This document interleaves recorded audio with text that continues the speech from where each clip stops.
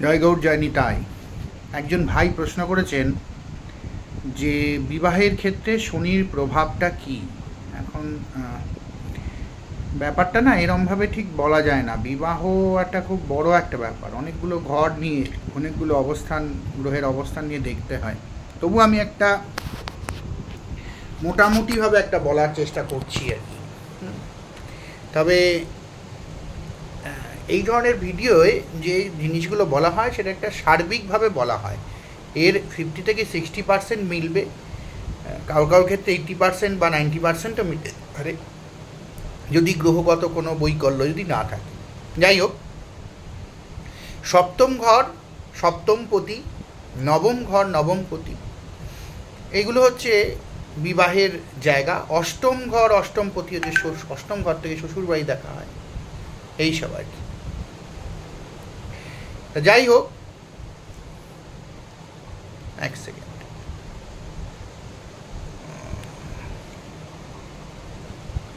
এখন সপ্তম ঘর হলো বিবাহ, সঙ্গী, দাম্পত্য জীবনের ঘর। এখন যেখানে শনি, এইখানে যদি শনি অবস্থান করে বা শনি যদি কোনোভাবে যদি দৃষ্টি দেয়, তাহলে সাধারণভাবে বিয়েতে একটু দেরি হয় এবং একটা এজ গ্যাপ হয়, মানে একটা খুব কাছাকাছি বয়সের মধ্যে বিয়ে হয় না বা না হওয়া ভালো আর কি। হ্যাঁ, এজ গ্যাপ থাকাটাই ভালো মনে হয়। এবং এক্ষেত্রে যার ওপর এই সপ্তম ঘরের ওপর দৃষ্টি থাকবে শনি, সে একটা গ্র্যাভিটি নিয়ে চলবে দুজনের মধ্যে, এবং এই গ্র্যাভিটিটাই হয়ে যাবে প্রবলেম আর কি। হ্যাঁ, দুজনের মধ্যে যে দুই কাপেলের মধ্যে যার থাকবে, এটা সে এমন একটা গ্র্যাভিটি নিয়ে চলবে যে অন্যজন তার সঙ্গে ঠিক মানে খাপ খাওয়ানোটা খুব মুশকিল আর কি। যাই হোক,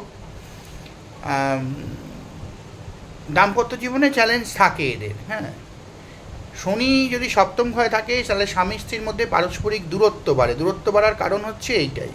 এবার দুজনেরই যদি শনি, একটা কথা বলে দিই এখানে ভাই, দুজনেরই যদি শনি যদি ওই একই রকমভাবে কোনোভাবে সপ্তম ঘরের সঙ্গে লিঙ্ক যদি করে, তাহলে কিন্তু যোগাযোগটা ভালো। হ্যাঁ, কিন্তু একজন দেখা গেল মানে ওই ধরনের কোনো লিঙ্ক নেই আর একজনের লিঙ্ক আছে, তাহলে যোগাযোগটা একটু প্রবলেম হবে। হ্যাঁ, এটা একটা পারস্পরিক দূরত্ব বাড়ে, মানসিক চাপ বাড়ে, একে অপরকে দোষারোপ করে, এরম দেখা যায়। অনেক সময় শ্বশুর বাড়ি বা পরিবারের অন্য সদস্যের সঙ্গেও সম্পর্ক খারাপ হয়। এবার যদি শনি যদি ভালো হয়, কোনোভাবে যদি ভালো গ্রহ দ্বারা যদি দৃষ্টি হয়, বৃহস্পতির যদি দৃষ্টি যদি পড়ে, বৃহস্পতির দৃষ্টি বলা হয় হচ্ছে অমৃত। বৃহস্পতি যেখানে দৃষ্টি পড়ে সেই জায়গায় অমৃত পড়ে। বৃহস্পতির দৃষ্টি যদি পড়ে তাহলে কিন্তু এই ব্যাপারগুলো একটুখানি ঠিকঠাক হয়ে যায় আর কি। বৃহস্পতির দৃষ্টি সপ্তম ঘরে পড়লে কী ফল হয় সেটা আগে আমি বলেছি, যাই হোক, আগের ভিডিওতে আমি বলেছি।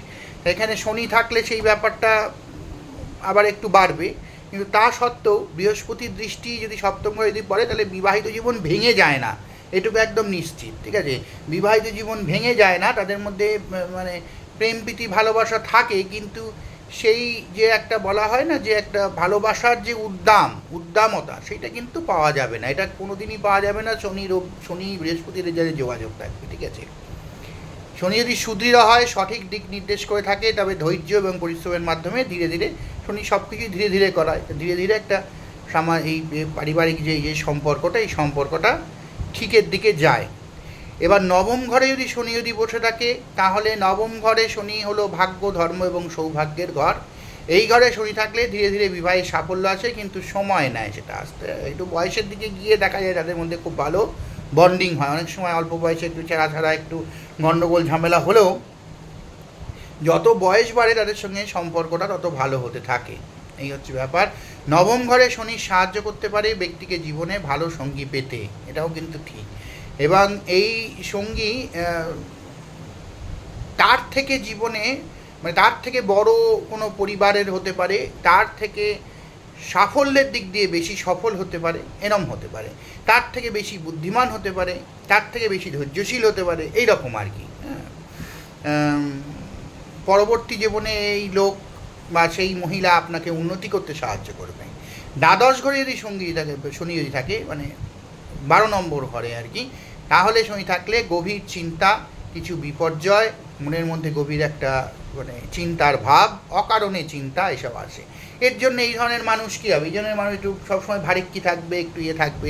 বিবাহিত জীবনের প্রথম দিকে তো অবশ্যই এই ধরনের মানুষের সঙ্গে কোনো পুরুষ বা কোনো মহিলার যার এই যোগটা নেই তার কাটানোটা একটু মুশকিল। তার তো সেক্ষেত্রে বিবাহিত জীবনের স্টার্টিংটা মানুষ খেয়েছে লাইক ফ্লারিস্ট একটা চাই, এটা লাইক এ ফ্লাওয়ার, কিন্তু সেই ফ্লাওয়ার হয় না জীবনটা আর কি। তখন মানসিক চাপ আস্তে আস্তে কাটে। তবে কিন্তু একটা জিনিস মনে রাখা উচিত, এই ধরনের মানুষের বিবাহিত জীবন ভেঙে যেতে পারে একটা কারণে, যদি কোনো মিথ্যে অভিযোগ, মিথ্যে মনোমালিন্য, অকারণ কোনো দোষ তার উপরে এসে আপনার যে পার্টনার তাকে ভুল বুঝিয়ে কেউ দূরে সরিয়ে নিয়ে যেতে পারে। এটা মনে রাখবেন। ষষ্ঠ ঘরে যদি শনি থাকে, তাহলে ষষ্ঠ ঘরে শনি থাকলে স্বামী স্ত্রীর মধ্যে ঝগড়া বিবাদ বেশি হয়, পারস্পরিক বোঝাপড়া কমে যায়, দীর্ঘস্থায়ী সম্পর্কের জন্য চ্যালেঞ্জটা কিন্তু বেশি থাকে। ষষ্ঠ ঘরে শনি থাকাটা দাম্পত্য মানে এর জন্য আর কি, সম্পর্কের জন্য খুব ভালো নয়। লগ্নে যদি শনি যদি থাকে তাহলে ব্যক্তি ধৈর্যশীল, পরিশ্রমী করে তোলে, তবে বিবাহের ক্ষেত্রে বিলম্ব হয়, দেরি হয়। তৃতীয় ঘরে শনি থাকলে যোগাযোগ সমস্যার সৃষ্টি হতে পারে, যা দাম্পত্য জীবনে সমন্বয়ের ঘাটতি ঘটতে পারে। মোটামুটিভাবে এই হচ্ছে ব্যাপার। শনি যদি বিবাহের ক্ষেত্রে, তাহলে যোগাযোগ যদি মানে কোনোভাবে যদি শনি যদি প্রভাব যদি ফেলে, সে প্রভাবটা আমরা যে দেখলাম খুব ভালো নয়। শনি যদি সপ্তম ঘর বা বিবাহিত সংক্রান্ত ঘরে অবস্থান করে, তবে তার প্রভাব সরাসরি দাম্পত্য জীবনে পড়ে। সাধারণত এই সময় বিবাহ দেরিতে হয়, সম্পর্ক কঠিন হয় এবং মানসিক চাপ থাকে। এবং অ্যাকচুয়ালি শনি বিবাহিত জীবনে পড়লে তাদের যে বিবাহিত জীবনটার মধ্যে অনেকটা বেশি একটা গাম্ভীর্য এনে দেয় সম্পর্কের মধ্যে। সেই গাম্ভীর্যটা অপোজিট পার্টটা যদি নিতে পারে তো ভালো, না নিতে পারলে মুশকিল। এই হচ্ছে ব্যাপার। সেই জন্য আমি বললাম একই ধরনের শনির প্রভাব আছে এমন একজনের সঙ্গে বিয়ে করা উচিত। যার প্রভাব নেই সেই ব্যাপারটা বুঝতেও পারবে না, সেই ব্যাপারটা ফিলও করতে পারবে না এবং ভালোও লাগবে না তার। এই হচ্ছে সেখানেই হয় আসল সম্পর্কের গণ্ডগোল। তবে যদি ওইভাবে যদি দেখে শুনে যদি বিয়ে করা হয়, তাহলে শনির প্রভাবে আস্তে আস্তে ধৈর্য বাড়ে, দুজনেরই পরিশ্রম এবং সৎ কর্মের মাধ্যমে এই সব সমস্যা কাটিয়ে ওঠা যায়। এরা খুব সৎ হয় বেসিক্যালি। হ্যাঁ, শনি যাদের যে জায়গায় প্রভাবটা ফেলবে এটা মনে রাখতে হবে, শনি যে জায়গায় প্রভাবটা ফেলবে, শনি সপ্তম ঘরে প্রভাব পড়লে তারা বিবাহ নিয়ে খুব সৎ, শারীরিক সম্পর্ক নিয়ে খুব সৎ, পারস্পরিক সম্পর্ক নিয়ে খুব সৎ। সুতরাং বৈবাহিক সম্পর্ক নিয়ে সে কিন্তু খুব সৎ, কিন্তু তা সত্ত্বেও তাদের এই সব গণ্ডগোলটা হবে। ঠিক আছে। নবম, দশম ও ষষ্ঠ ঘরে শনি আর্থিক, মানসিক এবং সামাজিক দিকে বিভিন্নভাবে প্রভাব ফেলে, যা বৈবাহিক জীবনের মানেরও মানে পরিবর্তন করতে পারে। ঠিক আছে, যাই হোক, ভালো থাকবেন। মোটামুটি একটা মোটামুটি বললাম। এছাড়া অনেক অ্যাসপেক্ট আছে, চন্দ্রের অ্যাসপেক্ট থাকে বিবাহের ক্ষেত্রে। বিবাহের ক্ষেত্রে বৃহস্পতির খুব বড় একটা প্রভাব থাকে, বিবাহের ক্ষেত্রে শনির প্রভাব থাকতেই পারে, বিবাহের ক্ষেত্রে রবির প্রভাব থাকে, সব গ্রহের প্রভাব থাকতে পারে। তবে মেনলি চন্দ্রের প্রভাবটা কিন্তু খুব গুরুত্বপূর্ণ বিবাহের ক্ষেত্রে মনে রাখতে হবে। চন্দ্র হচ্ছে মনের কারক। সুতরাং বিবাহের ক্ষেত্রে চন্দ্র কিরম আছে দুজনেরই সেটা দেখে বিয়ে করা উচিত।